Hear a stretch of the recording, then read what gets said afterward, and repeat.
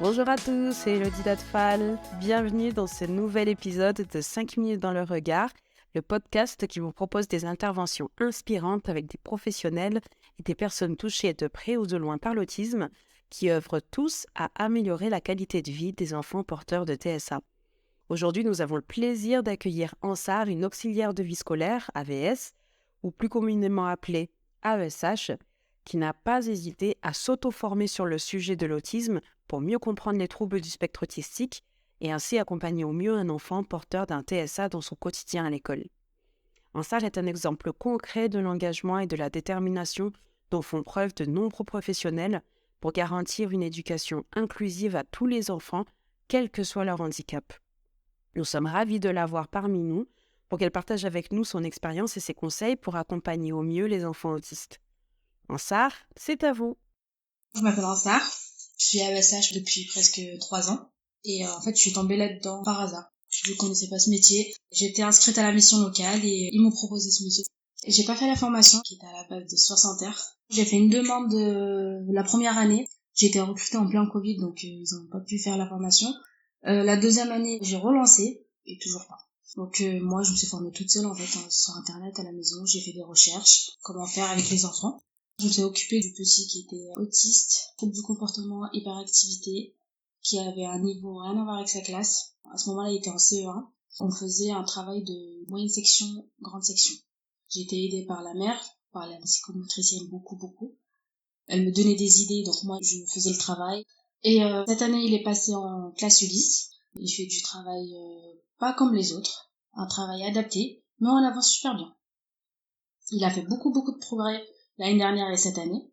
Je suis beaucoup aidée par la maîtresse en Ulysse, l'AESH en Ulysse aussi, la maman, et l'ergothérapeute qui vient une fois par semaine. Et je suis partie voir la maîtresse en Ulysse avant qu'il soit en Ulysse. Je lui ai demandé de l'aide, avec plein d'outils. Et avec lui, en fait, on faisait avec les répétitions. Chaque jour, on répétait les mêmes choses. C'était un rituel. On commençait, on apprenait, on faisait ça tous les jours, on répétait. Et quand je vois que c'est appris, je change. Donc je l'explique, là je commence de zéro, je l'explique, et après on recommence et c'est parti. Ce qui est enseigné en classe, c'est beaucoup plus dur pour lui. Donc moi l'année dernière, j'ai repris vraiment les bases. J'ai appris les couleurs avec des signes, je les ai appris d'abord moi-même, après je lui ai fait les signes, et maintenant à chaque fois je lui montre les signes, donc il me dit la couleur. Et pour l'écriture et pour la lecture, je travaille beaucoup avec le livre Borel-Maisoni. Donc là j'ai appris le geste avec lui il connaissait un petit peu. Et moi, j'ai appris avec lui en même temps que lui. Du coup, quand je faisais les gestes, lui, il comprenait ce que je disais. Et il lisait facilement. Le travail, je le fais tout doucement. Je vais pas trop vite, parce que ça sert à rien d'aller trop vite. Il va rien apprendre. Je vais aller tout doucement. Même si je passe 4 mois sur le même truc, c'est pas grave. Tant qu'il apprend à la fin. C'est vrai que c'est un métier dur. C'est pas facile tous les jours, avec le petit. Mais moi, j'aime bien aider les personnes. Donc, je me dis, si je l'aide, c'est un plus pour moi, un plus pour lui. Ce qui est difficile, c'est quand il est en pleine crise.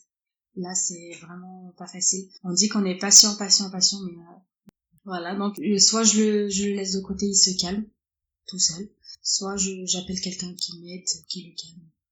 Moi, je fais une petite pause et après, je reprends avec lui. Là, il est un petit peu plus calme. On a de la chance, on a une salle à l'école. Quand je vois il est excité, fatigué et tout, je l'emmène là-bas. Il se défoule. Il crie, il tape, enfin, il fait ce qu'il veut. L'essentiel, il se défoule. Et voilà. Et après, on remonte. C'est vrai, c'est un métier fatigant. Moi, je me dis quand je rentre chez moi, j'ai aidé l'enfant. Je l'ai aidé à progresser dans ce qu'il fait, qu'il n'oubliera pas que j'étais là derrière lui toute la journée. Mais voilà, ça me fait du bien de l'aider. Moi, je suis une personne qui aide les personnes qui sont dans le besoin, autistes ou pas autistes, en général.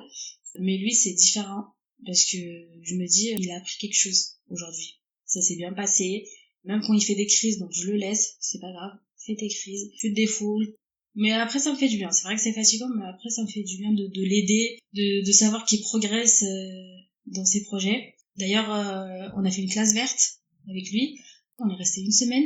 Ça s'est super bien passé. Il a appris plein de choses, il a grandi. Le fait de pas voir sa famille, on les a appelés, je crois, 2 fois dans la semaine. Enfin, ça le change. C'est un autre cadre.